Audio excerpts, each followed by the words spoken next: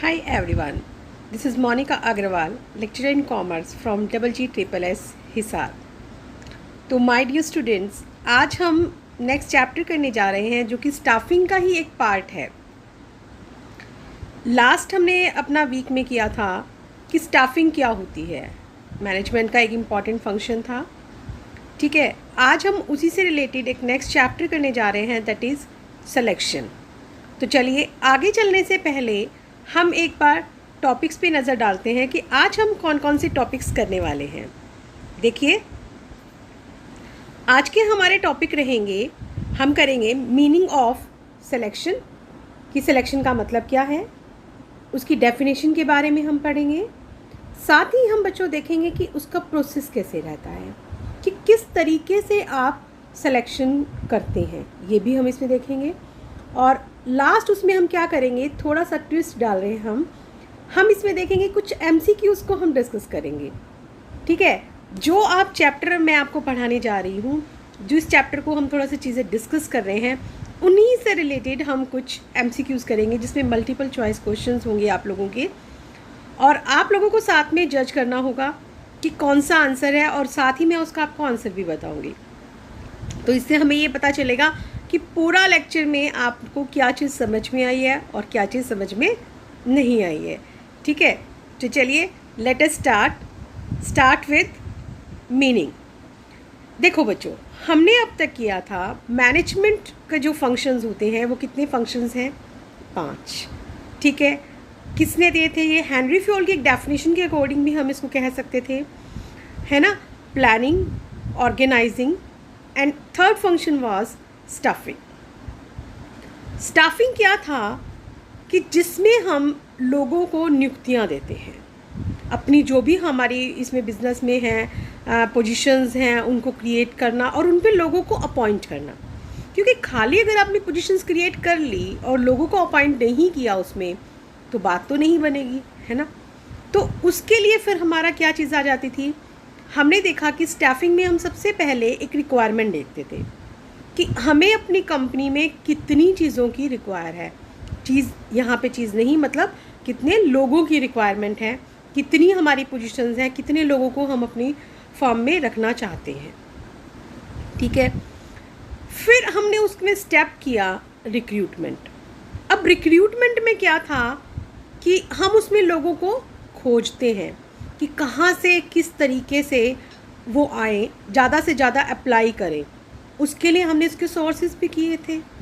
2 तरीके के मैंने बच्चों आपको सोर्सेज बताए थे, एक था इंटरनल सोर्सेज, दूसरे थे एक्सटर्नल सोर्सेज। ठीक है, अब जैसा देखो कि यहाँ पे आपको एक पिक्चर दिखाई दे रही है, पिक्चर में वो देख रहा है रिक्रूटमेंट जिस पे लिखा हुआ है कि उसके सामने बहुत सारे लोग हैं, लेकिन उसे उनमें से अच्छे कैंडिडेट्स को खोजना है जो उनकी फर्म में, जो उनके ऑर्गेनाइजेशन में अच्छे से काम कर सके।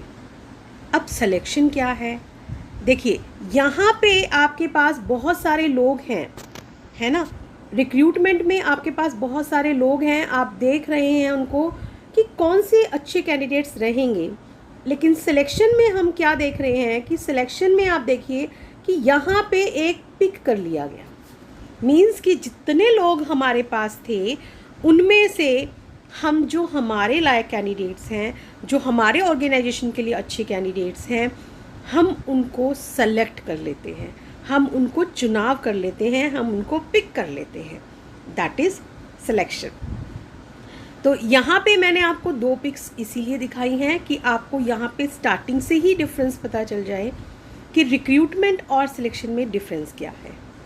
ठीक है, तो चलिए अब आपको एक बार आइडिया हो गया कि सिलेक्शन क्या है, कि जितने भी एप्लीकेंट्स हैं उसमें से एलिजिबल कैंडिडेट्स को सेलेक्ट करना, दैट इज़ सिलेक्शन, है ना।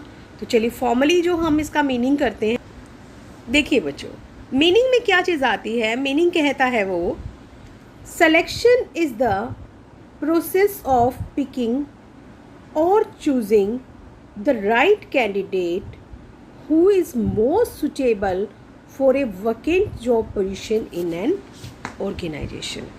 अब यही चीज़ की हमारी डेफिनेशन आ गई ना, इसी से रिलेटेड कि क्या है हमने करना चूज़, कि जो भी हमारे ऑर्गेनाइजेशन के लिए सबसे ज़्यादा सुटेबल है, जो हमारी वेकेंट जॉब पोजीशन है, जो खाली जॉब पोजीशन है, ठीक है, तो उसके लिए जो सबसे ज़्यादा सुटेबल है, सही कैंडिडेट है, उसको चूज़ करना या फिर उसको पिक करने का जो प्रक्रिया है, दैट इज़ सिलेक्शन। ठीक है, चलिए अब हम नज़र डालते हैं इसकी डेफिनेशन की ओर। देखिए डेफिनेशन क्या है। डेल योडर जो है उन्होंने बहुत अच्छी सी एक डेफिनेशन दी है, बहुत इजी भी है वो डेफिनेशन। वो बताते हैं सिलेक्शन इज़ द प्रोसेस, कि सिलेक्शन क्या है, एक प्रक्रिया है। प्रक्रिया होती है बच्चों जिसमें बहुत सारी एक्टिविटीज़ होती है, ठीक है, in which candidates for employment are divided in 2 classes. अब यहाँ पे आप जो एम्प्लॉयमेंट के कैंडिडेट्स हैं उनको 2 क्लासेस में, मीन्स 2 भागों में बांट देते हैं। कौन कौन से 2 भागों में आप इनको बांटोगे? Those who are to be offered employment, कि एक तो जिनको हम रोजगार देना चाहते हैं, and those who are not, कि एक तो ऐसे लोग, क्योंकि देखिए जब अगर आपके पास 100 एप्लीकेशन किसी चीज़ की आ गई, वैकेंसी आपके पास सिर्फ 2 की है, तो सबसे पहला काम आपका क्या होगा कि आप उनमें से मैक्सिमम कैंडिडेट्स को पहले अलग कीजिए जिनको आप एम्प्लॉयमेंट ऑफर नहीं करना चाहते, ठीक है। और कुछ कैंडिडेट्स 10 या 12 जैसे भी हैं, वो ऐसे कैंडिडेट्स होंगे बच्चों कि जिनको आप ऑफ़र करना चाहते हो। तो मीन्स 2 कैटेगरीज में आपने डिवाइड कर लिया उनकी योग्यता देखकर। ये कहते हैं डेल ऑर्डर। लेकिन एक कुंटज़ हैं इनके विद्वान, कुंटज़ ने भी एक बहुत अच्छी सी डेफिनेशन दी है। कुंटज़ क्या बताते हैं? Selecting manager is choosing from among the candidates the one who best meets the position requirements. उन्होंने भी हमारे को क्या बताया कि जो हमारी रिक्वायरमेंट के अकॉर्डिंग बेस्ट है ना, जो कैंडिडेट हमारी रिक्वायरमेंट के अकॉर्डिंग सबसे अच्छा है, हमारी रिक्वायरमेंट अच्छे से पूरी करता है, जिस पोजीशन पर हम रखना चाहते हैं उसके लिए वो सारी की सारी जो एबिलिटीज़ हैं वो अच्छे से हैं उसमें, तो वो हमारा क्या है, सेलेक्टिंग मैनेजर जो है वो काम करता है। तो बच्चों देखो आपने मीनिंग पढ़ा, इसका डेफिनेशन पढ़ी, अब इसके कंक्लूज़न करते हैं। हमेशा आप पेपर में लिखिए, पहले उस चीज़ का अर्थ बताइए, फिर उसकी डेफिनेशन दीजिए, 1 या 2 ऑथर्स की कम से कम आपको डेफिनेशन देनी चाहिए, और फिर उसके बाद आप उसकी कंक्लूज़न दीजिए। कंक्लूज़न में क्या आ जाता है, अब देखिए यहाँ कहा जाता है selection can be explained as the process. अब वो यहाँ फिर से उसको बता रहा है कि प्रोसेस तो क्योंकि अल्टीमेट है ही, है ना, interviewing the candidates and evaluating their qualities. अब यहाँ पे हमने क्या करना है कि उसमें क्या किया जाता है, वो कहते हैं कि एक ऐसी प्रोसेस है जिसमें हम क्या करते हैं कि कैंडिडेट्स का इंटरव्यू लेते हैं। इंटरव्यू मीन्स आपस में सामने सामने बैठकर हम उसमें बातचीत कर सकते हैं। जनरली जो इंटरव्यू होता है वो आमने सामने ही होता है, और साथ ही हम उनकी क्वालिटीज़ को इवैल्यूएट भी करते हैं कि कौन सी क्वालिटीज़ हैं which are required for a specific job, कि जो हमारी जॉब के लिए जो हमारी स्पेसिफिक जॉब के लिए, कि जैसे अब अगर हम एक मैनेजर अपॉइंट कर रहे हैं तो उस मैनेजर के लिए क्या होना चाहिए, क्या वो MBA होना चाहिए, उसके पास एक्सपीरियंस होना चाहिए। तो ये चीज़ें देखते हुए ना हम उसमें देखते हैं कि भाई हाँ उसकी क्वालिटीज़ हमारी जॉब के लायक हैं या नहीं हैं, क्या वो फुलफ़िल कर रही हैं या नहीं कर रही हैं। जब हम ये चीज़ें देख लेते हैं then choosing the suitable candidate for the position, फिर हम अपना उस पोजीशन के लिए उस कैंडिडेट को सेलेक्ट कर लेते हैं, है ना। तो कितनी आसान सी है इसकी। और एक और भी दी गई है, देखिए the selection of A right applicant for a vacant position, की खाली जगह जो है वहाँ पे एक सही एप्लीकेंट का चुनाव करना, जो फ्यूचर में क्या होगा हमारी फर्म के लिए एक एसेट होती है। स्टाफिंग में मैंने आपको बच्चों ये चीज़ बताई थी कि जैसे आप देखिए कि एक बिज़नेस के लिए ना लेबर इम्पॉर्टेंट है, मनी है, मटेरियल है, वैसे ही सेम लेबर भी इम्पॉर्टेंट है। और लेबर किससे है? ह्यूमन बीइंग से है। तो ह्यूमन बीइंग तभी हम कहते हैं ना, हमने उसमें पढ़ा भी था क्या, कि हर एक शाम को हमारी संपत्तियाँ बिज़नेस से बाहर चली जाती हैं, और हमें ये सुनिश्चित करना होगा कि अगली सुबह वो फिर से हमारे पास ही आए। तो वो संपत्तियाँ कौन सी थी? वो संपत्तियाँ हमारे ह्यूमन बीइंग ही हैं, ठीक है, क्योंकि यही हैं जो which will be helping the organisation in reaching its objectives. वो क्या करती हैं कि जो हमारे ऑब्जेक्टिव्स हैं ऑर्गेनाइजेशंस के, उन्हें पूरा करने के लिए पूरी हेल्प करती हैं, क्योंकि आप इनके बिना कभी भी नहीं कर सकते। इंसान नहीं है, आपके पास एक ऑटोमेटिक मशीन भी है, उसको भी तो बटन दबाने के लिए ह्यूमन की ज़रूरत होगी ना। तो without human nothing is possible. सब कुछ इम्पॉसिबल होता है, इंसान की तो ज़रूरत है आपको, तो इसलिए हम उसको क्या कह सकते हैं कि हमारी एक एसेट भी है।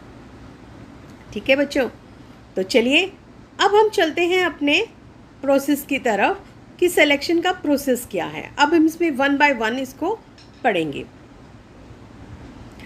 देखिए, प्रोसेस में सबसे पहला जो पॉइंट आ जाता है that is preliminary screening. Preliminary screening में क्या चीज़ है? अब जब भी आपके पास एप्लीकेंट्स आ गए, एप्लीकेशंस आपके पास बहुत सारी हैं, है ना। अब उन एप्लीकेशन में से, जैसा मैं आपको बता रही हूँ कि अगर किसी चीज़ के लिए आपके पास 5 वैकेंसीज हैं लेकिन आपके पास 500 एप्लीकेशंस आ गई हैं, तो क्या 500 के 500 एप्लीकेंट्स को सिलेक्शन के प्रोसेस से गुजरना होगा? नहीं। हम उनकी शुरुआत से ही ये जांच करनी शुरू कर देते हैं कि कौन से जो लोग हैं वो हमारे के सिलेक्शन प्रोसेस के लिए ठीक रहेंगे और कौन से नहीं रहेंगे। अभी जैसा मैंने ऊपर बताया था, जैसे डेली ऑर्डर जी ने भी कहा था क्या कि जितने भी हमारे एप्लीकेंट्स हैं उनको 2 भागों में बांट दिया जाता है। कौन कौन से? एक जिनको हम ऑफ़र करना चाहते हैं जॉब, और दूसरे जिनको हम ऑफ़र नहीं करना चाहते, मींस जो हमारी एलिजिबिलिटी में आते ही नहीं हैं। क्योंकि आप ऐसे थोड़ी ना अपने आप चुनाव कर सकते हैं, आप उनकी योग्यताएं देखोगे, क्वालिटीज़ देखोगे, एबिलिटीज़ देखोगे, उसी के बेस पे तो बताओगे ना। तो बच्चों, प्रीलिमिनरी स्क्रीनिंग में हम इसमें 2 भागों में इसको बांट लेते हैं। पहला हमारा क्या आ जाता है? Preliminary interviews. ठीक है, प्रीलिमिनरी इंटरव्यू में हम क्या करेंगे, जैसा मैंने आपको अभी बताया, प्रीलिमिनरी स्क्रीनिंग में हमारे पास जितने भी एप्लीकेंट्स थे, हमने उसके 2 एप्लीकेशंस मतलब 2 भागों में उसको हमने बांट लिया। एक जिनको हम ऑफ़र नहीं करना चाहते, किस बेसिस पर कि वो जो हमारी एलिजिबिलिटी पर खरे नहीं उतरते, और दूसरा वो जो हमारी एलिजिबिलिटी पर खरे उतरते हैं। तो अब हमने क्या किया कि जिन लोगों को हमने रिजेक्ट कर दिया एक किस्म से इनिशियल स्टेज पर ही, उनको हम एक लेटर ऑफ रिग्रेट देते हैं, खेद पत्र जिसको हम कह सकते हैं कि भाई हम आपको नहीं रख सकते क्योंकि आप हमारी एलिजिबिलिटीज़ पूरी नहीं कर रहे हैं, उसके साथ हम भेज देते हैं। फिर हम उसमें क्या करते हैं, हम उनका प्रीलिमिनरी इंटरव्यू लेते हैं। अब प्रीलिमिनरी इंटरव्यू में हम क्या करते हैं, हम उनकी नेम, उनकी एज, थोड़ी सी हम बातचीत करके देखते हैं कि वो इंसान बातचीत करने में कैसा है ना। उसका इंटरेस्ट एरिया हमने पूछ लिया, उसकी क्वालिफ़िकेशन हम पूछ सकते हैं। तो उससे हमें क्या पता चलता है कि एक बार ये थोड़ा सा कहीं ना कहीं एक इनिशियल स्टेज का हमारा इंटरव्यू है कि वो हमारी ऑर्गेनाइजेशन के लिए अच्छा रहेगा या नहीं रहेगा, हम इसको आगे लेकर जा सकते हैं या नहीं जा सकते हैं, और अगर वो हमारे पास जॉब करना चाह रहा है तो उसका इंटरेस्ट क्यों है, क्यों वो ये काम करना चाहता है। जब हमने उसका प्रीलिमिनरी इंटरव्यू भी ले रहे हैं हम साथ साथ, फिर साथ ही हम क्या कर रहे हैं, हम एक एप्लीकेशन फॉर्म में कुछ इन्फॉर्मेशन उससे फिल करवा रहे हैं। ठीक है, अब उस एप्लीकेशन फॉर्म में हम क्या सोचते हैं कि जितनी के हम मैक्सिमम उस पर्सन के बारे में डिटेल ले सकें, वो सारी की सारी डिटेल आप अपना उसमें पूछेंगे क्वेश्चंस के रूप में। लेकिन आपको यहाँ पे ये ध्यान रखना होगा कि उनके आंसर्स जो है ना वो लिमिटेड उसमें होने चाहिए, लिमिटेड वर्ड्स में।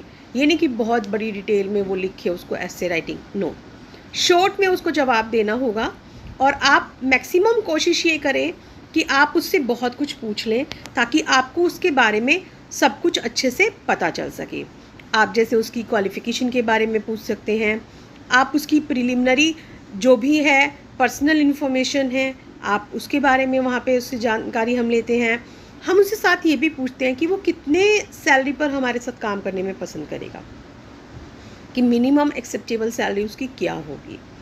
उसी के साथ साथ वो थोड़े से हम रेफरेंसेस भी उसको कहेंगे कि भाई आप अपने रेफरेंसेस भी लिखिए। अब वो रेफरेंसेस किस लिए, क्योंकि कल को देखिए वो हमारे लिए नया है, हम उसे नहीं जानते, तो वो 2-4 ऐसे लोगों के नाम बताएगा जिससे हमें, अगर हम उसके बारे में कल को जानकारी लेना चाहें कि उसका करैक्टर कैसा है, उसके सोशल रिलेशन कैसे हैं, है ना, तो हम वो उस चीज़ से जानकारी उनसे ले सकते हैं। ठीक है, तो यहाँ पे अब हमने उसे ब्लैंक एप्लीकेशन फॉर्म्स भी जो हैं वो हमने उससे फिल करवा लिया। तो हमारी पहली जो स्टेज है एक किस्म से वो कंप्लीट हो गई कि जो हमने उसकी प्रिलिमिनरी स्क्रीनिंग की थी। अब चलिए दूसरी जो हमारी स्क्रीनिंग आई फिर सिलेक्शन टेस्ट। अब हम उसमें कुछ टेस्ट उसके रखते हैं। ठीक है, अब कौन कौन से हम उसके बारे में उससे टेस्ट रखेंगे। सबसे पहला हम टेस्ट रख रहे हैं प्रोफिशिएंसी टेस्ट। प्रोफिशिएंसी टेस्ट में बच्चों 2 चीज़ों का हम उसमें ध्यान रखते हैं, 2 उसको हमने पार्ट्स में बांट देना है। एक हम देखते हैं कि उसमें स्पेशल जो ट्रेड एफिशिएंसी है वो उसकी कितनी है। मींस हम यहाँ पे उसकी उस चीज़ से रिलेटेड, जिस जॉब पे हम उसको रखना चाहते हैं उस जॉब से रिलेटेड हम उसकी देखेंगे क्या चीज़, कि उसकी थियोरेटिकल नॉलेज कितनी है। ठीक है, थियोरेटिकल नॉलेज देखेंगे एज वेल एज हम उसकी प्रैक्टिकल नॉलेज भी देखेंगे। अब थियोरेटिकल और प्रैक्टिकल नॉलेज आप कैसे देखोगे।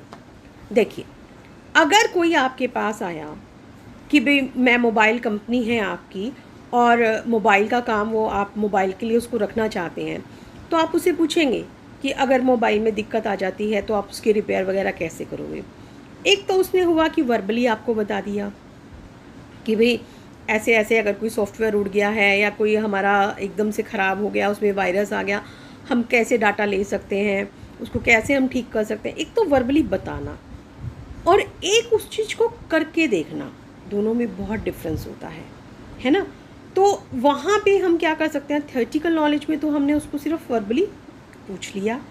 दूसरा, जब हम उससे प्रैक्टिकली उसको करवा के देख रहे हैं कि हमने उसे ख़राब मोबाइल दे दिया, हम उसे कह रहे हैं कि भाई आप अब ये इसको ठीक करके दिखाइए, देखिए इसमें क्या प्रॉब्लम है, और फिर हम देखेंगे कि वो कितना एफिशिएंटली जो है उस चीज़ को वहाँ पे वो कर रहा है, कितनी उसमें चतुराई है उस चीज़ को करने के लिए। क्योंकि जब आप प्रैक्टिकली किसी काम को करते हैं तो आपको देखना है, थ्योरी तो सब पढ़ते हैं, अब आप पेपर में सारे के सारे बच्चे पढ़ रहे हो, एक जना आपको पढ़ा रहा है, सब एक बुक से रीड कर रहे हो, लेकिन नंबर का फ़र्क आता है ना, क्योंकि कहीं ना कहीं आपकी हर चीज़ में फ़र्क है, वे ऑफ राइटिंग में है, आपकी अंडरस्टैंडिंग में है, आप उसको लिखने में कुछ और बहुत अच्छा लिखते हैं, तो इन चीज़ों से आपके मार्क्स में अफेक्ट होता है।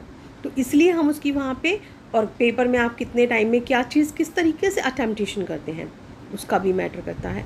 तो वहाँ सिलेक्शन करते हुए हम उसका क्या करते हैं, थियोरेटिकली तो जानते ही हैं, एज वेल एज अगर हम कोशिश करते हैं कि जो चीज़ प्रैक्टिकली पॉसिबल है तो हम उसको प्रैक्टिकली भी करवाते हैं, ताकि हम देख सकें कि वो कितनी चतुराई से काम कर रहा है।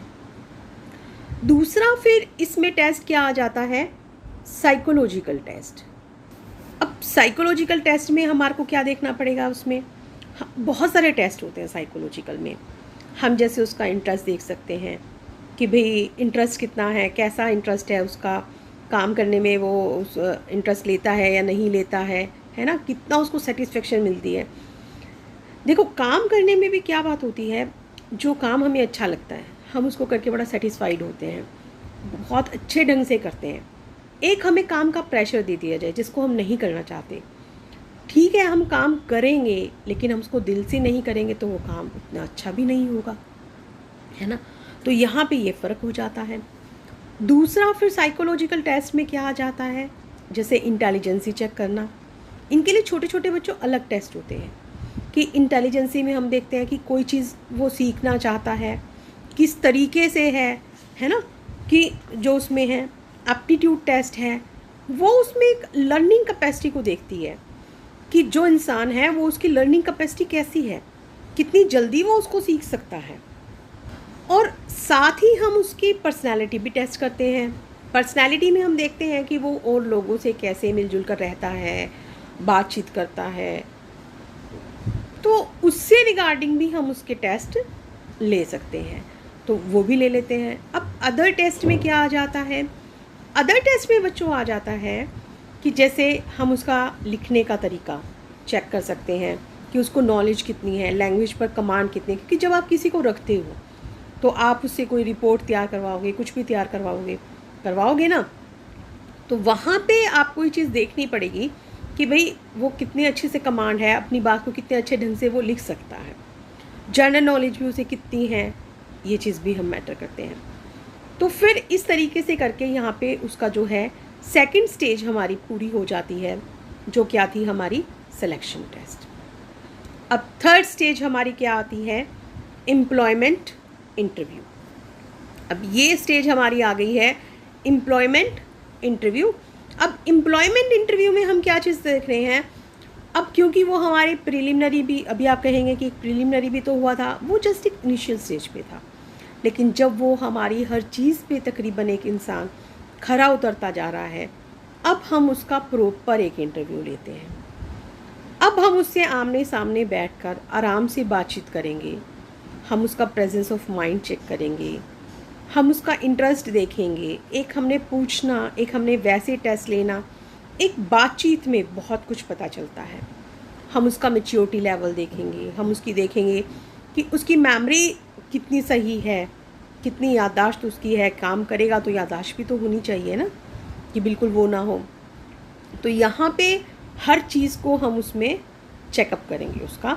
तो एम्प्लॉयमेंट इंटरव्यू से हमारे को सारा उससे बातचीत करने का तरीका हमें पता चलेगा, कितने अच्छे से वो अपनी बात को रखता है ना, तो ये हर चीज़ हमें पता चल जाती है। अब जब वहाँ पर भी आपको अच्छे से पता चल गया, सारा कुछ उसके बारे में पता चल गया है, ऑलमोस्ट वो आपका फाइनलाइज हो गया है कि भाई हाँ ये कैंडिडेट हमें पसंद आ गया है, तो अब नेक्स्ट उससे हम फिर क्या चलते हैं, रेफरेंस एंड बैकग्राउंड चेक। हम ये वाला फोर्थ स्टेप पे हम आ जाएंगे। अभी मैंने बताया था, हमने शुरू में filling in blank application form था, उसमें हमने उसको कहा था कि आप अपने रेफरेंस दीजिए, 2 या 3 या 4 लोगों के आप अपने नाम दीजिए जिनके बारे में हम आपसे पूछताछ, आपके बारे में हम पूछताछ कर सकें। तो यहाँ पे जब हम पूछताछ कर रहे हैं तो हम उससे किस बारे में पूछताछ करेंगे कि इस पर्सन का करैक्टर कैसा है, लोगों के साथ इसके रिलेशन कैसे हैं, सामाजिक इसकी वैल्यू है नहीं है ना, क्योंकि आप एक इंसान को रख लेते हैं और अगर वो समाज के साथ नहीं चलता, लोगों के साथ अच्छे से नहीं रहता, कई बार होते हैं कुछ लोग रिजर्व नेचर के होते हैं, अकेले रहना पसंद करते हैं, तो अगर वो अकेले रहना पसंद करेगा तो वो काम कैसे करेगा, दिक्कत हो जाएगी ना। तो इसलिए फिर हम क्या करते हैं कि उनसे पूछते हैं कि भाई कितना है, सामाजिक संबंध किस कैसे हैं, इसकी बैकग्राउंड कैसी है, हम इन चीज़ों के बारे में अच्छे से पूछ लेते हैं। अब जब हमने ये काम भी कर लिया तो फिर नेक्स्ट हमारा क्या आ जाता है, नेक्स्ट हमारा आ जाता है सिलेक्शन डिसीजन। अब हमने फाइनली अपना उसका चुनाव कर लिया है, ठीक है, हमने अपना डिसाइड कर लिया कि भाई इसमें से हमें ए पसंद है या बी पसंद है या सी पसंद है, ये अब हमें फाइनली पसंद हो गया है।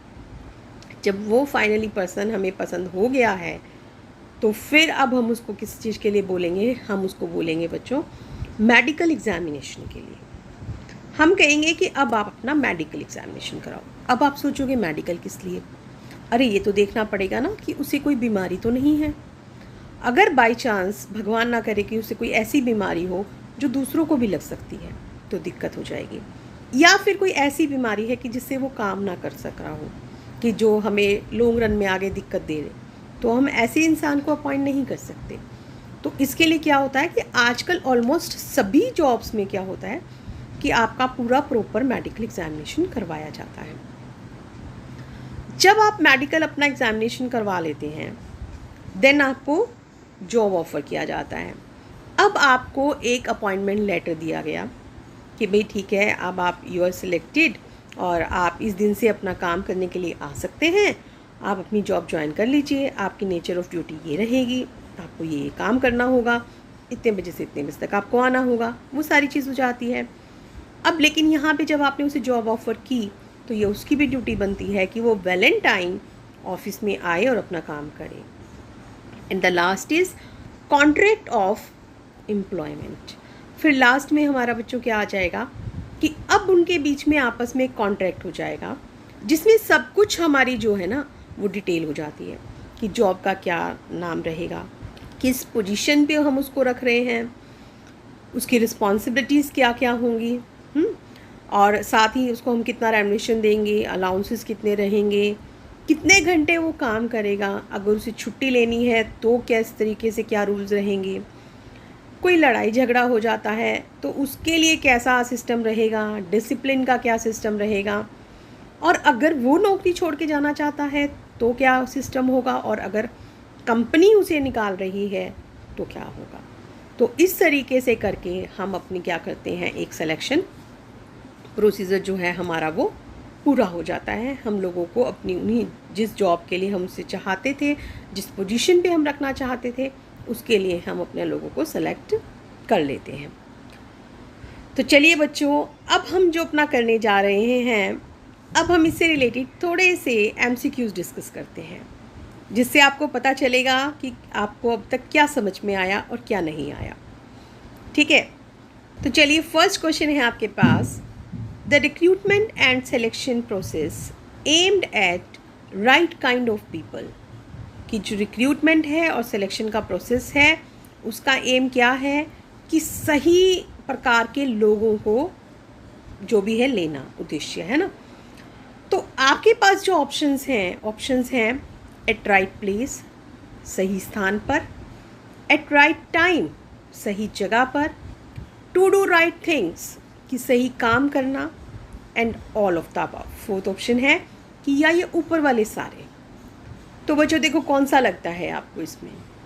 अब जब भी हम रिक्रूटमेंट और सिलेक्शन का प्रोसेस करते हैं तो हम क्या चाहते हैं कि एक सही प्लेस पे, सही टाइम पे एक ऐसा इंसान हमें चाहिए कि जो सारे काम सही करे, है ना। तीनों ही चीज़ें हम चाहते हैं, तो फिर इसका आंसर जो रहेगा वो क्या रहेगा, ऑल ऑफ द अबव, ये इसका आंसर होगा। कितनों का ठीक था। चलिए नेक्स्ट क्वेश्चन की तरफ हम चलते हैं। सेकंड क्वेश्चन आपके सामने है, रिक्रूटमेंट और man power selection process is the first step in the employment of. अब वो यहाँ पे आपसे क्या पूछना चाह रहा है, वो कह रहा है कि जो भर्ती है या मैन पावर सिलेक्शन प्रोसेस है, किस चीज़ की एम्प्लॉयमेंट का पहला प्रोसेस है, लेबर की, कि जब आप लेबर को एम्प्लॉयमेंट देते हैं जब, या मैनेजमेंट को देते हैं जब, या लेबर और मैनेजमेंट दोनों को देते हैं, या फिर इनमें से कोई भी नहीं। तो बच्चों इसका जवाब क्या है, लेबर। लेबर की जब आप करते हैं, रिक्रूटमेंट करते हैं या सिलेक्शन प्रोसेस करते हैं, तो इसका जो पहला स्टेप जो है वो क्या है, रिक्रूटमेंट और मैन पावर सिलेक्शन प्रोसेस है इसका पहला स्टेप, कि जब आपको लेबर का एम्प्लॉयमेंट करना है।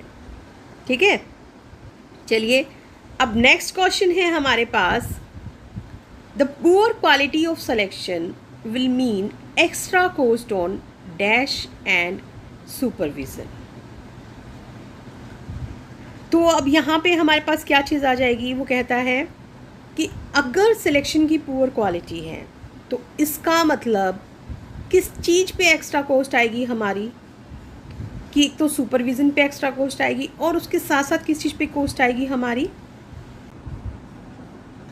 ट्रेनिंग पर आएगी। बच्चों जब कोई काम उसको आता नहीं होगा तो हमें उसको ट्रेन तो करना पड़ेगा ना, तो उसके लिए हमारी उस पर एक्स्ट्रा कॉस्ट आ जाएगी। तो नेक्स्ट क्वेश्चन बच्चों आता है, dash refers to the process of identifying and attracting job seekers so as to build a pool of qualified job applicants.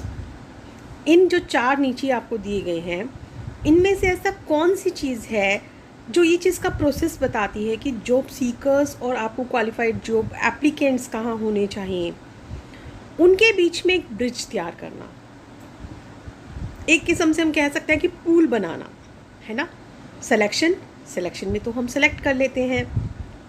Training भी नहीं है, क्योंकि ट्रेनिंग में आप क्या करते हैं, उनको आगे काम करने के लिए ट्रेन करते हैं, अपॉइंट हो चुका है वो, वहाँ जॉब सीकर्स ख़त्म हो जाते हैं।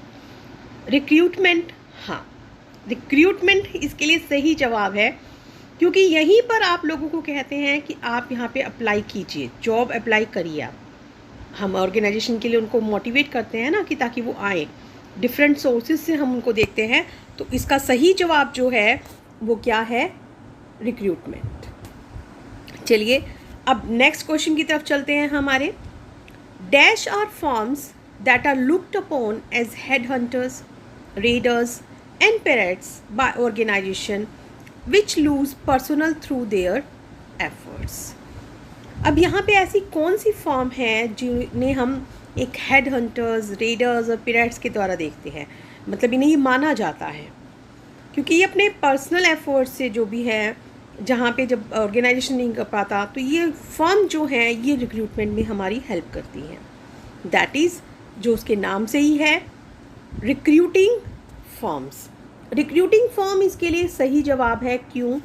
क्योंकि देखिए प्रोफेशनल इंस्टीट्यूशन आपको एक प्रोफेशनल आपको क्वालिफिकेशन लाइक दे देते हैं, ज़्यादातर ऐसे होते हैं। लेबर यूनियंस लेबर से रिलेटेड जो इश्यूज़ के लिए बनाई गई होती हैं, ठीक है। और एम्प्लॉयमेंट एजेंसीज भी, हालांकि आप ये कह सकते हैं कि वो एम्प्लॉयमेंट को प्रमोट करती हैं, कि लोगों को रोज़गार दिलवाने में हेल्प करती हैं, पर यहाँ पर जो एज ए हेड हंटर देखे जाते हैं, रेडर्स देखे जाते हैं, दैट इज़ रिक्रूटिंग फर्म्स होती है। And the last question is dash is the process of differentiating between applicants in order to identify and hire those with a greater likelihood of success in a job। अब यहाँ पे ऐसा किस चीज़ की ये जो प्रोसेस है कि जो एप्लीकेंट्स थे और हमने उनको हायर करना है ताकि हमारे वो जॉब में एक सक्सेस हो सके, ऐसी कौन सी चीज़ें हैं?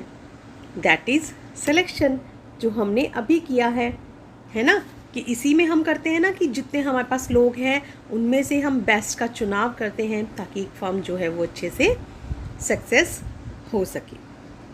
तो आज के लिए बच्चों इतना ही, दैट्स ऑल।